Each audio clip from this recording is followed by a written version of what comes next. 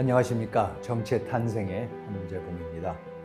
오늘은 지난 시간에 이어서 미셸 푸코의 권력론, 특히 미셸 푸코의 대표적인 저작인 감시와 처벌을 통해서 그가 말하고자 했던 권력론, 그리고 그 근대 권력이 어떻게 근대 개인을 만들어내는지 그 부분에 대해서 오늘도 이어서 말씀을 드리도록 하겠습니다. 정치의 탄생 이제 시작하겠습니다.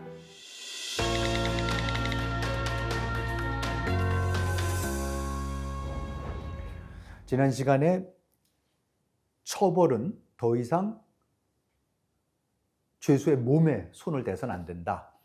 죄수의 몸에 고통을 가해서도 안 된다. 그러니까 체벌이라는 것이 고문이 됐든 처형이 됐든지 절대로 고통을 가해서는 안 된다라는 그런 참 어떻게 보면 상식적으로 이렇게 봤을 때 이해가 잘 안 되는, 그럼 도대체 처벌을 왜 하는 거지?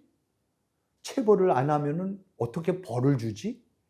이제 이런 문제가 의문이 생길 수밖에 없습니다. 그런데 확실했던 것은 사형을 할 때에도 이미 19세기부터 사형을 할 때에도 그 옆에 항상 사형 집행하는 마지막 순간까지도 의사가 옆에 있었어야 됩니다. 푸코는 이렇게 얘기를 합니다.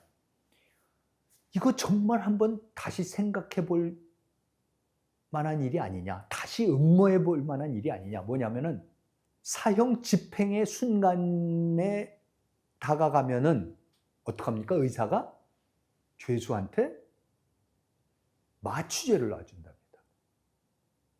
그러니까 고통을 느끼지 않도록 하기 위해서 마취제를 놔줍니다. 그러면서 뭐라고 하냐면 이건 사법부가 얼마나 조심스럽게 고통을 안 주려고 죄수가 죽는 거를 느끼지 못하도록, 고통을 느끼지 못하도록 하는 겁니다. 권리를 박탈하지만 고통을 주지 말아야 되는 거. 아무런 고통을 주지 않는 처벌만 받는 거. 그러니까 요즘에는 전기 의자나 이런 것도 너무 고통스럽다 그래갖고 요새는 이제 그 주사를 놔서 죽이는데, 처형을 하는데, 그거 가지고도, 그 방식 가지고도 그 순간에 죄수가 고통을 느낄 수도 있지 않느냐. 그래서 그 고통까지도 못 느끼게 해야 되는 거 아니냐라는 문제를 가지고 지금 다시 소위 말하는 그 lethal injection, 그 죽음의 주사의 처형 방식까지도 문제가 되는 거죠. 그 정도로 몸에 고통을 줘서는 안 된다. 신체에 고통을 가해서는 안 된다라는 것이 근대 사법 정의의 핵심입니다. 푸코는 또 이렇게 얘기합니다. 비록 일시적일 수는 있지만 따라서 다양한 심리학적, 양리학적 차단기들을 동원해서 어떻게 해서든지 비신체적인 형벌을 가하려고 노력하는 것이 근대 사법제도다. 이렇게 얘기를 합니다. 죄수가 처형을 당하는 순간에도 고통을 느껴서는 안 된다라는 원칙이 가장 극단적으로 나타난 것이 바로 단두대입니다. 단두대를 발명한 사람은 조세프 이그냐스 기요틴이라는 의사입니다. 의사가 단두대를 발명을 했고, 그래서 그 의사의 이름은 기요틴을 그대로 영어로는 길로틴이라고 발음을 하고 불어로는 기요틴이라고 하지만 우리가 단두대라고 하는 그 길로틴을 만든 것도 의사입니다. 그러면서 이 사람은 뭐라 그랬냐면요, 길로틴을, 단두대를 법제화시키면서 1789년 12월 1일 날 프랑스 의회가 법제화를 시켰을 때에 그때 기요틴 의사가 이렇게 얘기를 합니다. 죄인의 신분과 지위와 상관없이 같은 종류의 범죄는 같은 종류의 형벌에 처하도록, 이렇게 얘기를 하는 겁니다. 그러니까 사실은 국왕 암살 미수범이면은 다미안 같은 그러한 고문, 처형 했고, 예를 들어서 국왕이 아니라 어디 백작이라 그러면 당연히 거기에 따라서 같은 살인 미수죄지만 형벌이 달랐겠죠. 그렇죠? 그리고 일반 시민을 죽이려다가 미수에 그쳤으면 물론 더 또 그 처벌 방식이 달라지겠죠. 그러니까 신분과 지위에 따라서 다 처벌이 달랐던 것이 전근대 사회, 봉건 사회의 모습이었습니다. 그런데 그런 의미에서 기요틴은 근대 사법 정의에 한 걸음 다가간 거죠. 즉 신분과 지위에 상관없이 똑같은 범죄는 똑같이 처벌한다. 그리고 두 번째가 뭐냐면은 아까도 말씀드렸듯이 어떻게 해서든지 몸에 고통을 가하지 않는다. 그래서 푸코는 기요틴에 대해서 이렇게 얘기를 하죠. 단두대는 몸을 거의 건드리지 않으면서 목숨을 빼앗아간다. 마치 감옥이 자유를 빼앗고 벌금이 재산을 빼앗듯이. 이 그림들을 보시면은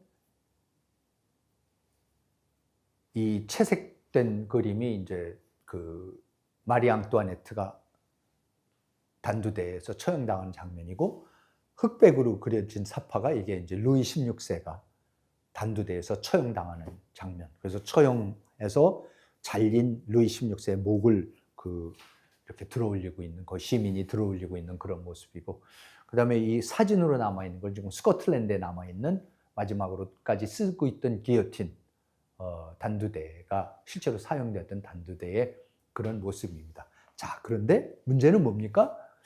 이 단두대도 사실은 이 그림에서 보시듯이 남이양 때와 마찬가지로 엄청난 구경거리가 되기 시작합니다.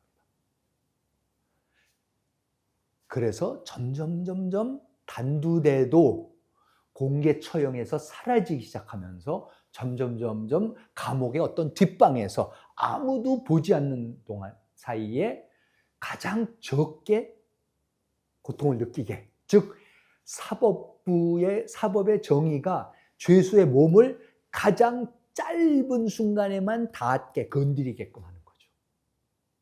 고통을 최소화하는 거고, 사법부가 죄수의 몸을 건드리는 시간을 최소한도로 한 찰나로 만들어버리는 것. 그러니까 근대 사법 정의가 점점 뿌리 내리는 과정에서 일어나는 또 하나의 현상이 바로 이 단두대의 현상입니다. 그래서 이 단두대도 결국은 사라지기 시작하고, 그러니까 단두대의 처벌은 있지만 공개적으로 하는 것은 사라집니다. 그래서 1830년에서 1848년 사이에 유럽에서는 전체적으로 공개적인 장소에서 처벌을 하는 것은 완전히 사라집니다. 그래서 남이양 때까지만 하더라도 처벌을 하는 그 자체가 아주 그냥 엄청난 구경거리가 되고 장관을 이루는 그러한 것들은 점점 사라집니다. 루이 16세 마리 앙뚜아네트를 전 파리 시민들이 나와서 그 처형당하는 장면을 다 구경하는 거, 그런 거 완전히 사라집니다. 그러니까 이제 공개적으로 처형하는, 그래서 사람들이 보통 처형이 일어나는 걸 아예 볼 수가 없게 되고, 그리고 그 처형 자체도 가급적이면 몸에 고통을 주지 않는 방식으로, 아니면 기요틴, 단두대 같이 사법 정의가 죄수의 몸을 만나는 그 시간도 가급적이면 짧게 줄여버리는 그러한 방식으로 형벌이 바뀌기 시작합니다. 자, 그러면 몸이 아니면 무엇을 처벌하는 거냐? 이 문제에 봉착할 수밖에 없죠. 그러면 도대체 뭐를 처벌하는 겁니까? 자, 그러면 후콘이 이렇게 얘기를 해요. 야, 유럽 전통은 몸 아니면 뭐예요? 영혼 아니냐? 그렇죠? 바디 아니면 소울, 영혼인데, 그러면 몸을 못 건드리니까 그러면 뭐냐? 사실 영혼을 건드리는 거다. 영혼을 처벌하는 거다, 이러는 거죠. 실제로 메이블리라고 18세기에 19세기에 유명했던 사법가가 그 당시에 사법 개혁에 대해서 많은 책을 썼던 대표적인 사람이 이렇게 합니다. 이런 얘기를 실제로 썼습니다. 형벌이라는 것은 내가 감히 말하건대 사람의 영혼을 건드려야지 몸을 건드려서는 안 된다라고 얘기합니다. 그러면 도대체 영혼을 건드린다는 게 뭡니까? 영혼을 처벌한다는 게 그게 무슨 뜻이냐? 그것을 또 푸코가 풀어나가기 시작합니다. 푸코는 이렇게 얘기를 하죠. 근대 사법 절차가 적용이 되기 시작하고 몸을 건드리지 않고 영혼을 건드린다는 것은 그 변화가 일어났을 때 그럼 어떤 변화가 일어나느냐?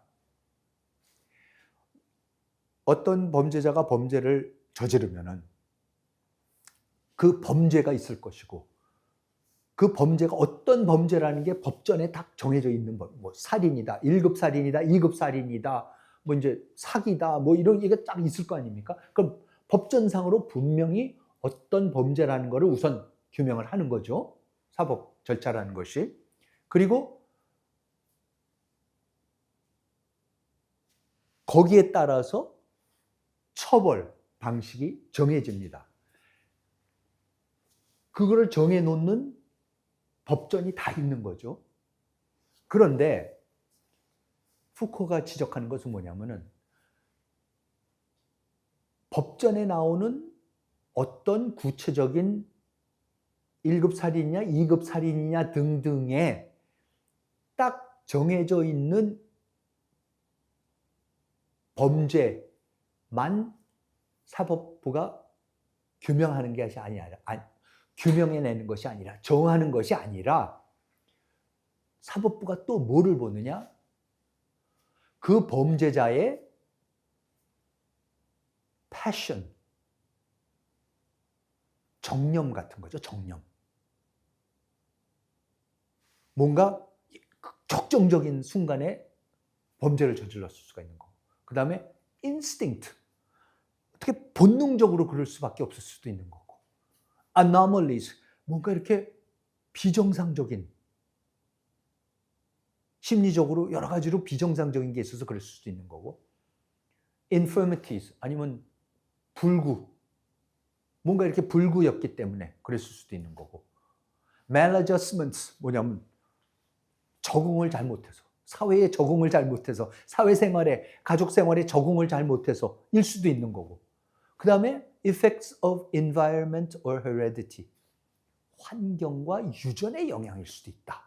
우리가 보통 그렇게, 그러니까 몇 급 살인이냐만 정하는 게 아니라 왜 그랬을까? 이 사람의 정념, 본능, 비정상성, 불구, 부적응, 환경과 유전의 영향 이런 거를 다 같이 보는 거죠. 실제로 우리가 그러지 않습니까? 그러면서 폭력을 우리가 폭력을 누가 저지른 그 폭력을 처벌을 하지만은 동시에 또 뭐를 처벌하냐면 폭력성을 처벌한다는 거죠. 그 사람이 갖고 있는 그 폭력적인 어떠한 폭력성.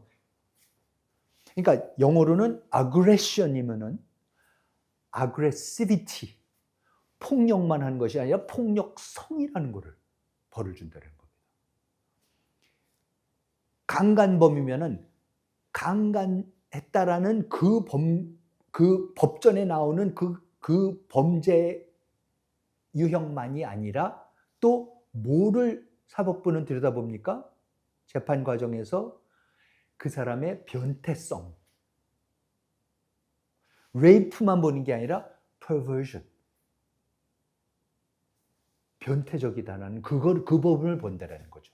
그리고 살인, murder를 보지만 살인이라는 범죄를 저질렀지만 동시에 뭡니까? drives and desires. 그 범죄자의 욕구, 성향 이런 거를 우리가 같이 본다는 겁니다. 그럼 여러분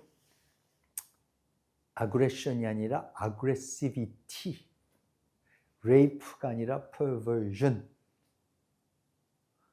murder가 아니라 욕구와 성향, drives and desire. 그럼 여러분 생각해 보십시오. 폭력성, 변태성, 욕구, 성향, 이게 다 뭡니까? 어떤 특정한 개인의 성격입니다. 우리가 개인을 규정할 때 그 개인을 어떻게 규정을 합니까? 뭐 어느 집안의 몇 대 손이고 뭐 무슨 문중에 뭐가 하고 어느 지역에서 지방에서 태어났고 뭐 무슨 학교를 나왔고 이런 게 아니라 그거는 우리가 봉건 사회에서 전근대 사회에서 개인을 규정하는 학연, 혈연, 지연 같은 거지만 그걸 다 떠난 그 개인 그 자체, 학연, 혈연, 지연을 떠난 그 개인 그 자체가 있을 겁니까? 완전히 독립적인 원초적인 그 개인만, 사회 관계망 속에 얽히기 전에 그 개인은 우리가 어떻게 규정을 합니까? 그 사람의 심리 상태, 그렇죠? 폭력성, 변태성, 욕구, 성향, 정념, 이런 거죠. 그게 뭡니까? 그게 개성, 영어로 하면은 individuality입니다. 여러분, individual은 있습니다. individual은 개인은 어느 시대에 어떤 때나 항상 당연히 개인이 있었죠. 뭐 인간이 이렇게 붙어서 나오는 게 아니니까 개인이라는 건 분명히 있었습니다. 근데 문제는 우리가 근대인은 뭐를 봅니까? 개인만 보는 게 아니라 개인의 개성, 개인성, individuality. 그럼 individuality가 뭡니까? individual이 아닌 individuality, 그 사람의 성격이죠. 그 사람의 폭력성, 그 사람의 변태적인 욕구, 성향, 이런 거가 individuality입니다. 그러니까 지금 후코가 얘기하려는 건 뭡니까? 몸에 체벌을 가하지 않고 점점 다른 것을 처벌하는 과정에서 몸이 아니니까 영혼이긴 영혼인데 그 영혼을 구체적으로 들여다보니까 실제로 근대 사회에서 일어나는 건 뭡니까? 이 사람이 왜 그랬을까? 그 사람이 어떤 환경에 살았고 어떤 가정에서 자라서 어떻게 성격이 형성이 됐고 그래서 이런 폭력적인 것이 있었고 저런 변태적인 것도 있을 수가 있겠구나. 이런 욕구가 있었고 저런 성향이 있었구나. 라는 얘기들이 마구 나오기 시작하는 거죠.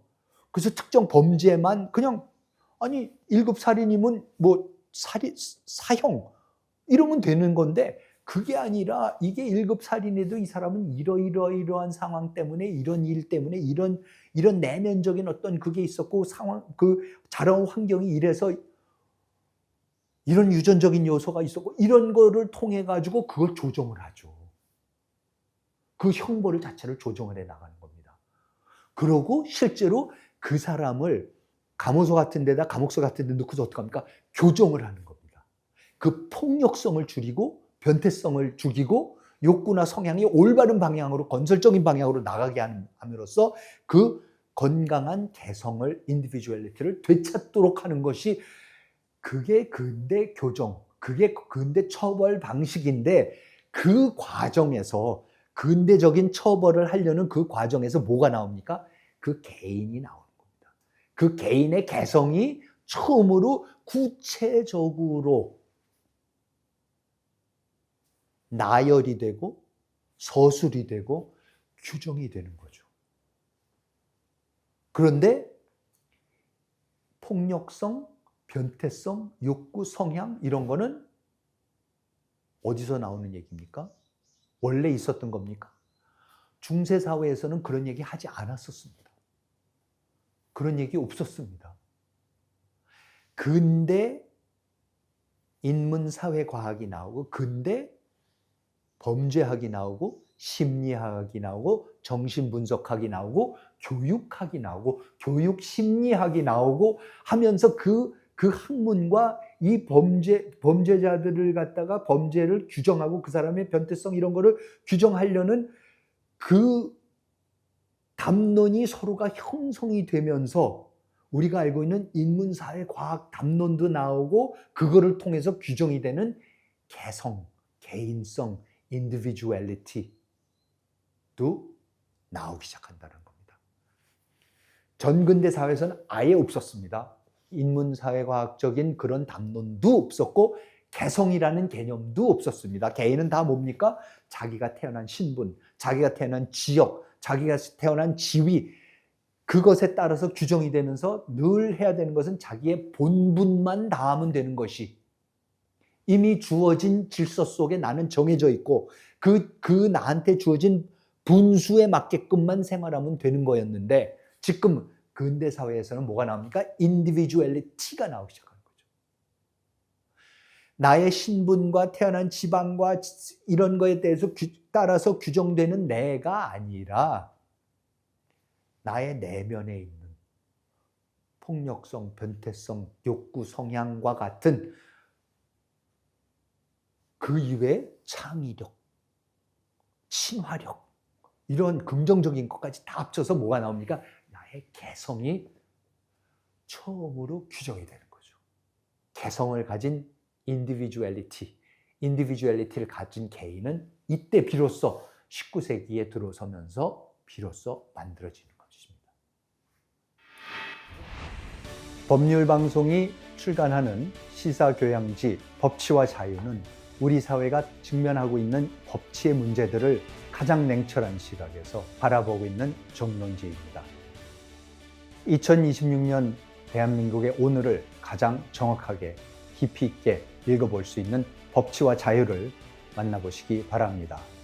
이제는 온라인으로도 편하게 읽어보실 수 있습니다.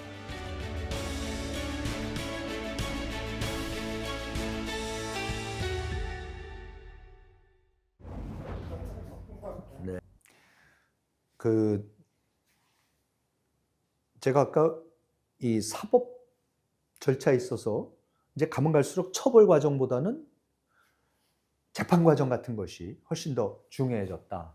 제가 아까 그래서 A Few Good Men, 그 다음에 이상한 변호사 우영우, 이런 타임 투 킬이라든가 이런 모든 법정 드라마들이 나오게 되는 것이 다 그런 이유 때문에 그렇다라고 말씀드렸는데, 또 하나 바로 이 인간의 그 이상한 그 정념, 패션, 그 변태성, 이런 것 때문에 범죄가 일어난다. 따라서 특정 범죄를 벌하기보다는 그 범죄를 일으킨 그 범죄자의 이상한 심리 상태, 그 자라난 환경, 이런 것이 도대체 뭔가, 그리고 그것에 따라서 사실은 사람이 움직인다.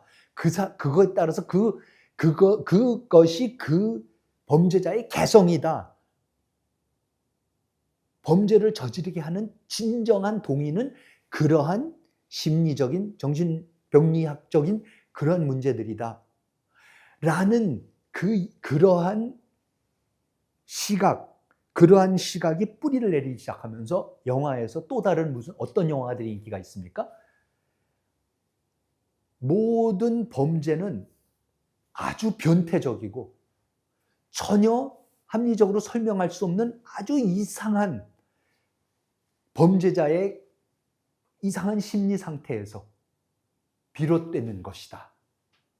이상한 경험에서, 왜곡된 어떠한 개성을 통해서, 변태적인 걸 통해서 된다라는 그러한 영화들이 마구 쏟아져 나오기 시작합니다. 미국 같은 데서는 대표적인 영화가 알프레드 히치코크의 영화들이 다 그렇지만, 예를 들어서 대표적인 게 사이코 아닙니까? 그야말로 말 그대로 사이코입니다, 영화 자체가.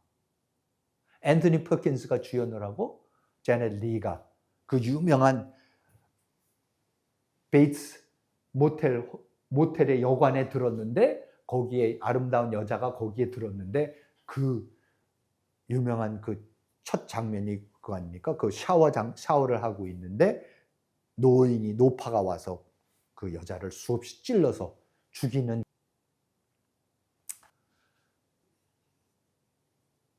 여자를 죽인 것은 원래는 그 집의 노파인 줄 알았는데, 남자 주인의 어머니인 줄 알았는데 사실은 아니었죠. 끝에 가서, 영화 안 보신 분들한테는 죄송하지만 가장 놀라운 반전, 영화 역사상 가장 큰 반전 중에 하나가 바로 실제로 그 여자를 죽인 것은 그 아들이죠. 이미 오래전에 죽은 자기 어머니로 변장한 아들이 죽입니다. 그런데 왜 그랬느냐? 거기에서 이제 심리가 나오는 거죠.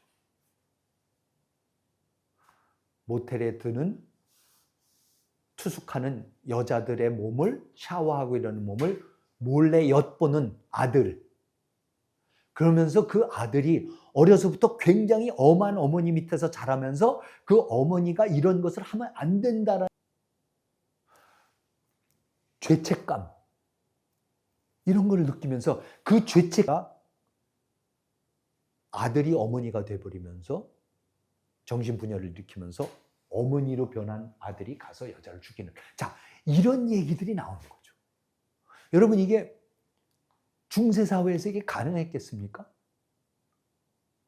이거 뭐 아마 모르겠습니다. 뭐 비슷한 사건이 있을 것 같지도 않겠지만, 예를 들어서 무슨 청교도들이 미국의 매사추세츠 같은 데서 마녀 사냥하고 그럴 때, 마녀를 잡았을 때 뭐지 이런 거겠죠. 그렇지만 그거는 어떤 악을, 신성 모독, 신을 거역하는 뭐 이런 거에 차원에서 하는 거였죠. 신성 모독죄였죠. 그렇지만 이거는 그게 아니죠. 이거는 순전히 사람의 내면 세계에서 일어나는 그러한 변태적인 왜곡된 심리, 이런 거를 통해서 이런 범죄가 이루어지는 거죠. 그렇지만 이것은 굉장히 극단적으로 왜곡되고 기괴해진 형태의 잘못된 정신적인 상태이지만, 중요한 사실은 뭡니까? 바로 그런 것은 극단적인 예이지만 결국은 뭡니까? 사람의 개성을 밝혀내는 거죠. 이렇게 특정 범죄인의 개성, 인디비주얼, 그 사람의 변태성, 정념, 이런 거를 통해서 범죄가 일어나는 그러한 모든 얘기들, 그런 게 올드보이 같은 영화들, 악마를 보았다 같은 영화들, 우리나라에 그런 사이코 범죄 드라마들이 마구 쏟아져 나오기 시작합니다. 옛날에 권선징악, 1950년대, 60년대, 70년대 나오던 그런 영화들한테서는 절대로 볼 수 없는, 우리 드라마에서 그런 거 없었습니다. 아시, 여로, 무슨 뭐 성웅, 이순신, 이런 태조 왕건, 이런 데에서는 전혀 볼 수 없는, 전혀 다른 드라마이고 영화일 뿐만 아니라 전혀 다르게 인간을 규정을 하는 거죠. 근데 그 인간들은 뭡니까? 그 인간들은 어떤 왕 얘기도 아니고, 어떤 귀족 얘기도 아니고, 어떤 특정한 신분 계층 뭐 이런 사람에 대한 얘기가 아니라, 그 사람의 신분과 지위가 뭐가 됐든지 간에 뭡니까? 그 사람의 내면 세계, 그 사람의 심리, 이런 거를 들여다보기 시작하는 거죠. 지금 한국 작가 최초로 노벨 문학상을 탄 한강 작가의 작품들이 뭡니까? 바로 이 내면 세계에 대한, 특정 사건을 통해서 갖게 되는 충격 같은 걸 통해서 사람이 내면 세계, 심리 상태, 이런 것이 이상하게 변하는 거. 그래서 사람이 나무가 되고 싶은 거. 여러 가지 변태적인 행위를 하게 되는 거. 이런 것들이, 그게 옛날식으로 보면은, 뭐 저렇게 이상한 얘기들을 해? 저렇게 폐륜적인 얘기를 해? 이렇게 보지만, 지금 이 근대 개성, 사이콜로지, 심리학, 정신분석학, 우리가 개인을 규정하는 모든 담론의 틀에서 보면은 그냥 한 사람의 개인에 대한 굉장히 깊이 있는 분석입니다. 그래서 그 소설들이 인기가 있는 거고, 그러한 담론의 틀 속에 있는 서양의, 특히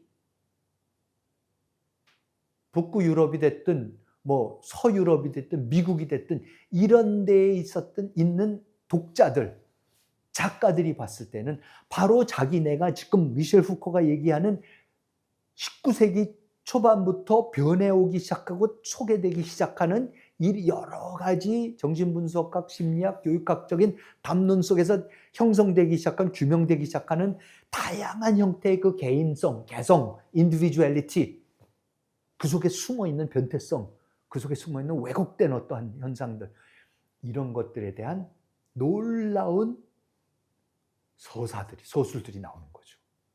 그러니까 그렇게 한강의 소설이 어떻게 보면 국내보다도 국외에서 먼저 알려지고 인기가 있게 되고 노벨문학상까지 받게 되고, 거꾸로 국내에 그게 인기가 있게 되는 것은 우리는 아직까지도 그 담론들이 덜 익숙합니다. 그렇지만 이미 올드보이, 악마를 보았다, 뭐 살인의 추억 등등 이 모든 영화들을 보고 있으면 이 사이코 드라마, 그렇죠? 사이코 범죄 드라마, 그리고 아까 말씀드린 그 사법 정의의 재판정 드라마, 이런 것들이 나오는 것을 보면 이제는 우리가 전통적인 차원에서의 개인을 보는 것이 아니라 근대적인 차원에서 이렇게 개인을 분석을 해내면서 인디비주얼리티를 우리가 포착을 하고, 그 인디비주얼리티를 묘사를 하고, 그 인디비주얼리티가 어떻게 이런 기괴한 행동으로, 이러한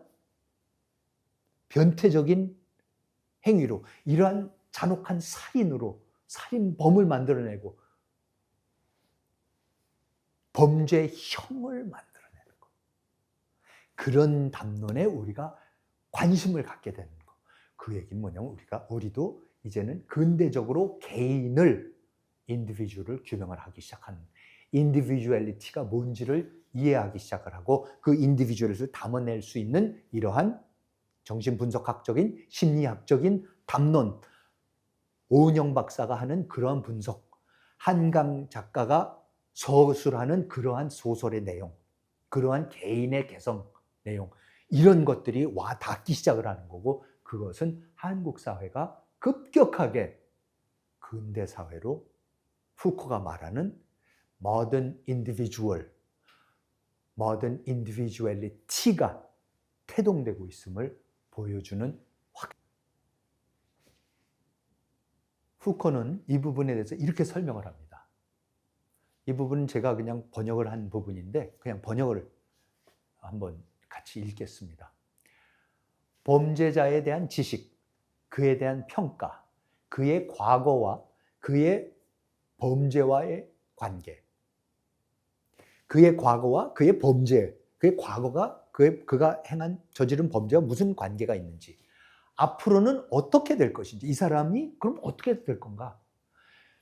19세기부터 개인의 행동을 설명한다는 미명하에 의학과 법학이 만들어낸 수많은 개념들이 상호작용하면서 한 것은 개인을 규정짓는 방법. 중세 때부터 그러면 변천의 사를 이렇게 정리를 합니다. 중세를 통하여 수사와 탐구의 절차는 느리게 그리고 어렵사리 정립되었다. 무슨 얘기냐면은 마녀 재판도 하고, 그렇죠? 종교 재판도 하고, 이런 재판들은 지금 우리가 봤을 때에 굉장히 객관적이지 못하고 합리적이지 못하고 하는 그런 재판들입니다. 그런데 아무튼 이런 것들이 오랜 시간이 걸리고 했지만은 결국은 그게 정리가 돼 나가면서 오늘날 우리가 알고 있는 객관적이고 나름대로 합리적이라는 사법 절차가 정립이 된 거 아닙니까? 그래서 우리 사회에서 특정 범죄들을 처벌하는 그러한 방식들이, 합의된 방식들이 나왔고, 그것이 이제 사법 제도가 그거를 집행을 하고 있는 거죠. 그래서 이런 절차가 중세 이후에 굉장히 어렵사리, 느리게 오랜 시간이 걸렸지만 정립이 되었다. 이 과정을 통해 판결을 내린다는 것은 범죄의 진실을 밝히는 것, 누가 했는지 밝히고 처벌하는 것을 뜻했다. 그러니까 중세 시대에도 판결을 내린다는 게 뭐예요? 아까 다미안 같이 판결을 내린 것은 범죄의 진실을, 이게 무슨 범죄냐? 구강, 살해, 이수죄다. 그리고 누가 했는지 다미앙이라는 애가 했다. 그리고 처벌. 그럼 처벌 어떻게 됐냐? 이러이러이러는 고문형을 내서 하는 것이다 라고, 이런 굉장히 복잡한 나름대로 그 당시 합리성을 갖추고 한 절차에 따라서 남양이 처벌이 된 거였죠. 그래서 다시 인용문으로 돌아가면 범죄에 대한 지식, 범죄자에 대한 지식, 법에 대한 지식, 이 세 가지를 바탕으로 판결은 진실을 밝힐 수 있다고 생각했다. 그러니까 그 당시에는 판결을 내린다는 것은 이 범죄가 진실이 뭐냐, 이 범죄가 왜 일어났고 누가 이렇게 했고 어떻게 됐고 이제 이걸 밝히는 거죠. 그래서 그거를 밝히는 방법이 정착이 됐다는 거죠. 어떤 범죄냐? 범죄자가 누구였느냐? 그리고 그 범죄는 어떤 법으로 처벌하면 되느냐? 이것이 법전까지 있으면서 딱 맞춰줘서 이것만 밝혀내면은 그러면 사법 정의가 이루어진 거고 그 범죄에 대한 진실이 밝혀졌다 이렇게 말할 수가 있게 되는 거죠. 그런데 푸코는 이어서 얘기를 합니다. 그러나 이제 전혀 다른 종류의 진실이 사법 절차에 뿌리내리기 시작했다. 문제는 이제 단순히 범죄가 밝혀졌고 처벌 가능한 것인가에 그치는 것이 아니라 이는 어떤 종류의 행위인가? 이 범죄는 무슨 행위인가? 이 살인 또는 폭력적 행위는 무엇이란 말인가? 이는 어떤 차원 또는 어떤 영역의 현실에도 적용될 수 있는 것인가? 환상인가? 정신병인가? 망상적 해프닝인가? 변태적 행위인가? 이런 거를 밝히기 시작하는 거죠. 누가 어떤 범죄를 했고 그 범죄는 법전에 의하면 이런 처벌을 내린다는 것이 아니라 이제는 살인이 일어났더니 이게 왜 일어났고 이건 도대체 뭐 때문에 일어나는 걸까? 이거는 범죄자의 살인자의 어떤 이 사람이 환향에 잡혀서 그런 것인가? 정신병이었는가? 아니면 갑자기 망상에 잡혀서 그런 것인가? 아니면 변태적인 어떤 행위? 이런 거를 밝혀내는 전혀 다른 절차가 사법 절차 속에 뿌리를 내리고 그러면서 이제는 단순히 누가 저질렀는가가 아니라 이러한 범죄를 낳게 한 인과관계는 어떤 것인가? 범죄자 내면에 어디에서부터 비롯된 것인가? 본능인가? 무의식인가? 환경인가? 그리고 이제는 단순히 이 범죄는 어떤 법으로 다스려야 하나가 아니라 가장 적합한 대응 방식이란 무엇일까? 이 범죄자는 앞으로 어떻게 바뀔 것인가? 그를 재활시키는 가장 좋은 방법은 무엇일까? 이처럼 범인을 평가하고 분석하고 예측하고 규범적으로 평가하는 판결들이 사법 절차 내에 뿌리 내리집도. 자, 그러면 지금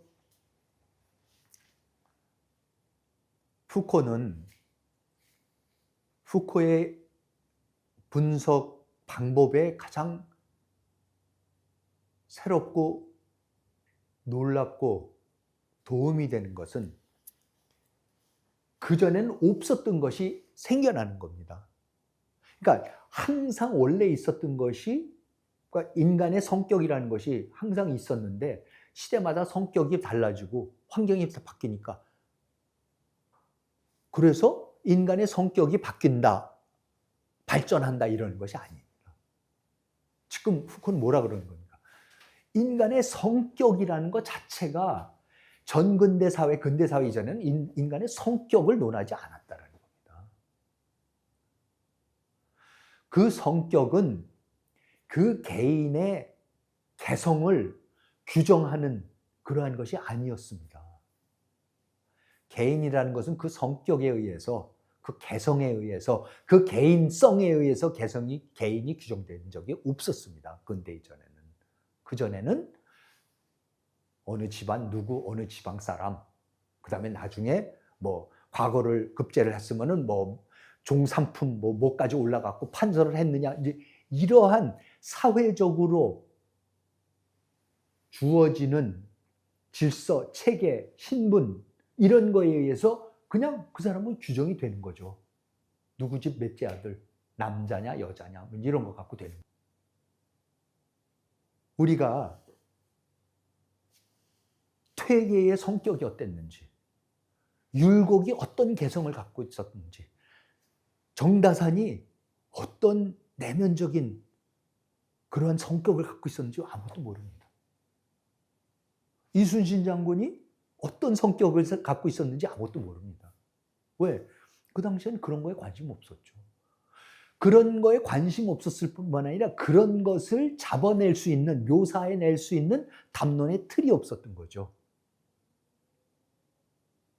그러니까 그분이 한 위대한 행위들, 아니면 그분이 잘못했던 거를 가지고 그냥 거꾸로 유추를 간단히 해낼 정도밖에 없습니다. 그러니까 사실은 그러한 위대한 인물들의 위인전이 굉장히 공허하게 느껴질 수밖에 없는 것이, 궁극적으로는 우리가 훌륭한 분이고 참 나라를 위해서 민족을 위해서 애를 썼던 분이라는 걸 우리 거기까지는 알고, 그것은 우리가 초등학교, 중학교, 고등학교까지도 배울 수가 있지만 그걸 통해서 그분의 개인의 개성이 어땠고 성격이 어땠고 정념이 어땠고 뭐를 통해서 이분이 움직였고, 이런 그러한 깊이 있는 심리적인 정신분석학적인 분석 같은 거는 우리는 알 방법이 없습니다. 왜? 그때는 그런 담론이 없었기 때문입니다. 그렇지만 지금은 어떻습니까? 지금은 자서전을 쓰든지 위인전을 쓰든지 그러면 전부 다 뭡니까? 그 사람의 자라온 환경이 어땠고 부모하고의 관계가 어땠고 어렸을 때 친구들하고 무슨 문제가 있었고 선생님하고 어땠었고 어떤 사랑에 빠졌다가 어떻게 됐기 때문에 무슨 어떠한 콤플렉스를 갖고 있었고 등등등등의 온갖 얘기들이 나오기 시작하라는 거죠. 우리는 그런 얘기를 들어야지 비로소 그 개인을 이해하고 알 수가 있게 되는 겁니다. 그런 개인을 하나하나 밝혀내는 거, 그게 아직까지는 우리 사회에 잘 정립이 되어 있지 않습니다. 그런데 푸코가 지금 우리한테 가르쳐준 게 뭐냐면 사실 이미 우리가 그런 거를 하고 있습니다. 앞으로 계속해서 말씀을 드리겠지만은 학교에서, 뭐 군대에 가서, 직장에 가서 우리가 평가를 받지 않습니까? 선생님의 평가를 받습니다. 얘는 뭐를 좋아하고 뭐를 잘하고 뭐는 싫어하고 이런 거는 잘 못합니다. 따라서 이러이러한 거를 좀 더 잘하게 해주면 좋겠습니다. 군대에 가서도 그런 평가를 상관들이 다 씁니다. 일일이 그걸 다 써야 됩니다. 보고를 해야 되는 거죠. 끊임없이 감시하고 관찰합니다. 이 담론들이, 그러니까 나를 개인으로서 관찰을 할 수 있는 그 담론들은 다 정신분석학, 심리학, 교육학, 범죄학 이런 담론들이죠. 그거는 왜 생겨나는 겁니까? 지금 후코가 말하는 이 처벌이 변천하는 과정에서, 사법제도가 근대 사법제도로 개혁돼가는 과정에서 처벌의 대상이 몸이 아닌 영혼을 처벌하고 그 사람의 본능과 정념과 이런 걸 처벌을 하려고 하면서 만들어지는, 따라서 그 개인을 전혀 그 이전의 담론과는 다른 담론을 통해서 분석을 해내기 시작하는 그 근대 인문사회과학적인 담론들이 만들어지면서 비로소 우리가 그 개인을 묘사하고 그릴 수 있는 담론들이 형성이 된다는. 그래서 한국 사회에서도 그동안의 전통 사회에서, 유교 사회에서 규정했던 개인에서 이제는 많이 나와야지 더 이상 어느 집안의 누구 딸이고 뭐 어느 지방 출신이고 어느 학교가 이런 것이 아니라 그런 거를 다 떠나서 그 개인만의 성격을 규명할 수 있고 그 사람을 움직이는 심리적인 동인이 뭘까? 그런 것을 우리가 밝혀낼 수 있고 읽어낼 수 있고 규명해내는 것, 그것이 그 사람의 개인을 밝혀내는 것이고 우리의 개성은 바로 그겁니다. 그게 근대 개인입니다. 그래서 말 그대로 근대 개인은 개인성을 갖고 있는 이 근대 개인은 그 전에는 근대 이전에는 없었습니다. 우리가 근대 사회에서는 개인을 전혀 다르게 규명을 하고 그 규명할 방법은 우리가 지금 갖고 있는 인문사회과학입니다. 그러니까 미셸 후코라는 사람은 처음에 병원의 탄생, 그 다음에 인문학의 탄생, 말과 사물, 병원의 탄생 이런 거를 통해서 이 근대 개인을 만들어내는 그 제도와 담론, 그전에는 없었던 근대 사회만이 갖고 있는 이 개인을 규명하고 묘사하는 방식이 어떻게 만들어졌는가를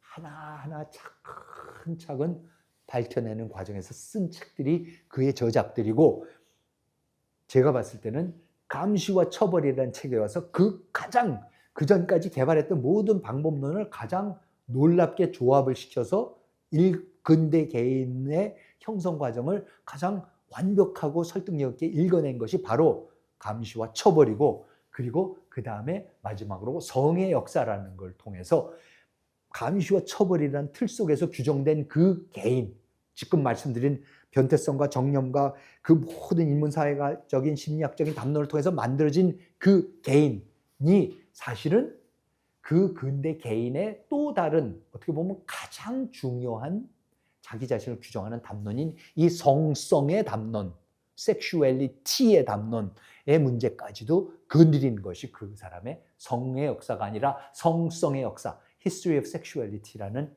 책입니다. 이 모든 저작들을 통해서 근대인의 탄생, 그러니까 제가 한국 사람 만들기, 한국인의 탄생, 그 전까지는 지금 후코가 얘기하는 이러한 담론들이 들어오기 이전까지는 한국인을, 조선 사람을 규정하는 방식이 전혀 달랐던 거죠. 그런데 이러한 근대 담론이 들어오기 시작하면서 만들어지기 시작하는 그 개인이, 그게 바로, 아마 대부분 시청자들한테는 전혀 익숙치 않은 사고 방식일 수가 있습니다. 조선 사람하고 한국 사람은 완전히 다른 종류의 사람이다. 정치 체제와 종교와 사회 제도가 완전히 바뀌었습니다. 그렇지만 그런 것만 바뀐 것이 아니라 지금 후코의 차원에서 말씀드리자면 뭡니까? 조선에서 조선 사람을, 인간을 평가하고 이해하고 조작하는 방식이 근대 사회인 한국 사회에서 인간을 이해하고 분석하고 조작하는 방식하고 전혀 다르다라는 것. 그것에 의해서, 그 차이에서 전근대 사회와 근대 사회의 제도, 체제, 논리가 다 생성이 되는 것이고, 그리고 한국 사회를 이해하는 것은 이 근대 담론, 후커가 얘기하는 근대 담론이 한국 사회 속에 어떻게 들어와서 어떻게 한국 사람들을 조선 시대와는 전혀 다른 방식으로 묘사를 하고 규정을 해 나가는가. 그것을 밝혀내는 것이 우리의 근현대사를 밝히는 핵심적인 과제라고 저는 생각을 합니다. 미셸 후코는 이 과제가 무엇인지, 그 방법론이 무엇인지를 명확하게 알려주는 놀라운 담론의 틀을 만들어낸, 발명해낸 그러한 사상가입니다. 이 후코의 이 담론들이, 지금 말씀드렸던 이 범죄자를 새로운 방식으로 처벌하는 과정에서 나오게 되는 이 담론들이 사실은 학교, 병원, 공장, 정신병원, 군대 등 근대 사회를 형성하는 핵심적인 제도들 속에서 근대의 체제가 탄생하는지 함께 살펴보도록 하겠습니다. 정치의 탄생, 오늘은 이만 마치도록 하겠습니다. 함께 해주셔서 감사합니다.